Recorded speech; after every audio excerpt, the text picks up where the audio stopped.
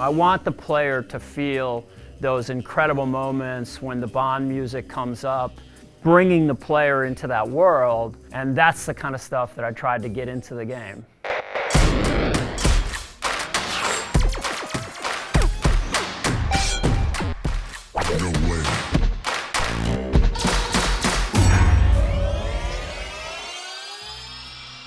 So I've been a fan since about age 12. Oh yeah, I love James Bond, and I've watched all of the movies. I'm kind of a big fan of James Bond.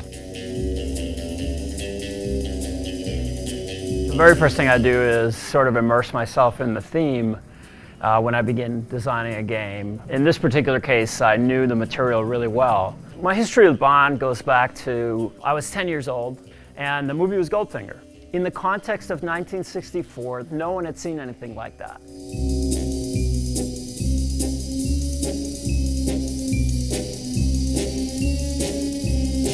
Any fan of a George Gomez game is going to love this thing. I have a portfolio of games that have appealed to people over many, many years. Well, I've been working about 40, so I guess I have a style now.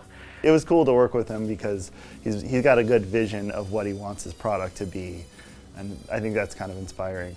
I begin sketching, literally, old school, and that helps me get ideas and out of my head and explore things. You know, some early stuff. Originally I had the entire center of the playfield was going to be an underwater area, and I was also trying to figure out a way to get the DB5 to run down a road. Once I have an idea for where I'm going with the things that I want to turn into toys in the game, I then sketch three-dimensionally physically. I'll cut up plastic, I'll mock stuff up. You know, the original jetpack guy is like a G.I. Joe that, you know, I mean, just representing the scale of the guy. George had this idea of this rod system that would pick up this ball and it would travel around the playfield, and then you could drop it off into 6 spots. This is the original mock-up for the flying guy, right? You can see that, you know, he was going to land at one place on a playfield, move to another.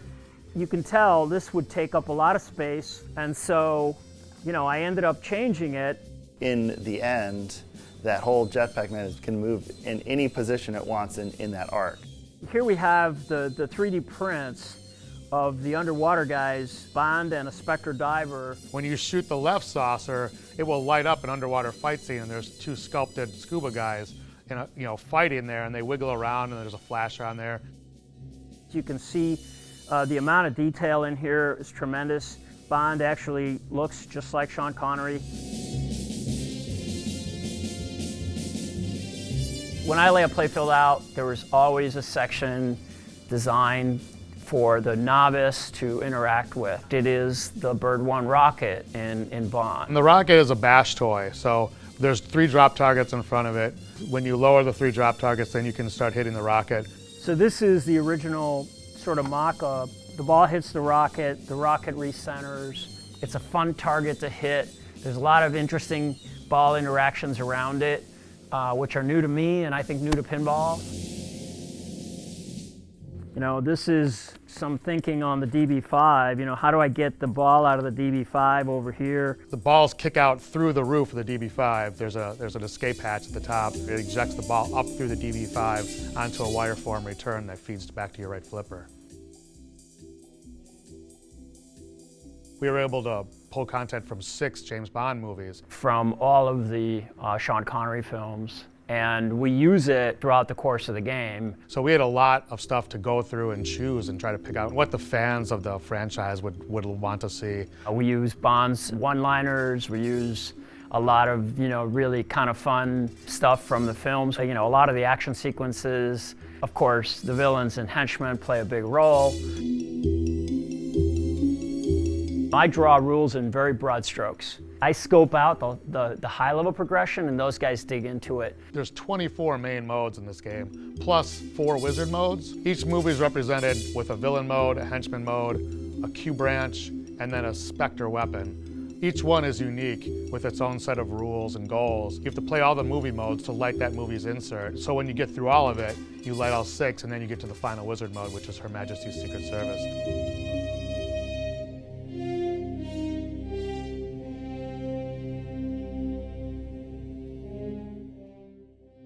So we designed Insider Connected in such a way that the game teams will interact with it at the most basic level with achievements, but they can do lots of other things. This is the first one from scratch that we had to think about achievements as we were designing the game.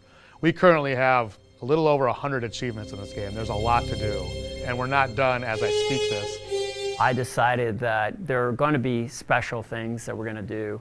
So, there's going to be secret missions and things like that that sort of manifest themselves in the context of Insider, but they interact with the game.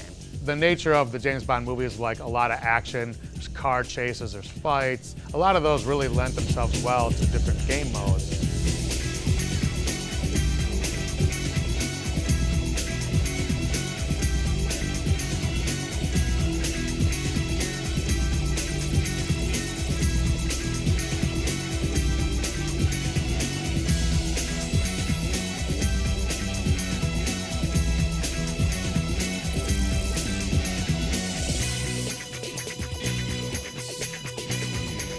Bond, James Bond.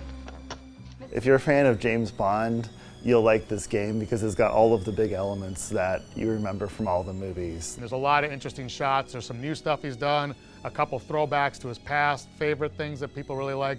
There's really a lot to get excited about. It shoots like a dream, and it doesn't feel like any game you've shot before. The simplest concept in the game is the notion that the player should experience the elements of a Bond film. That is essentially the magic of a pinball machine.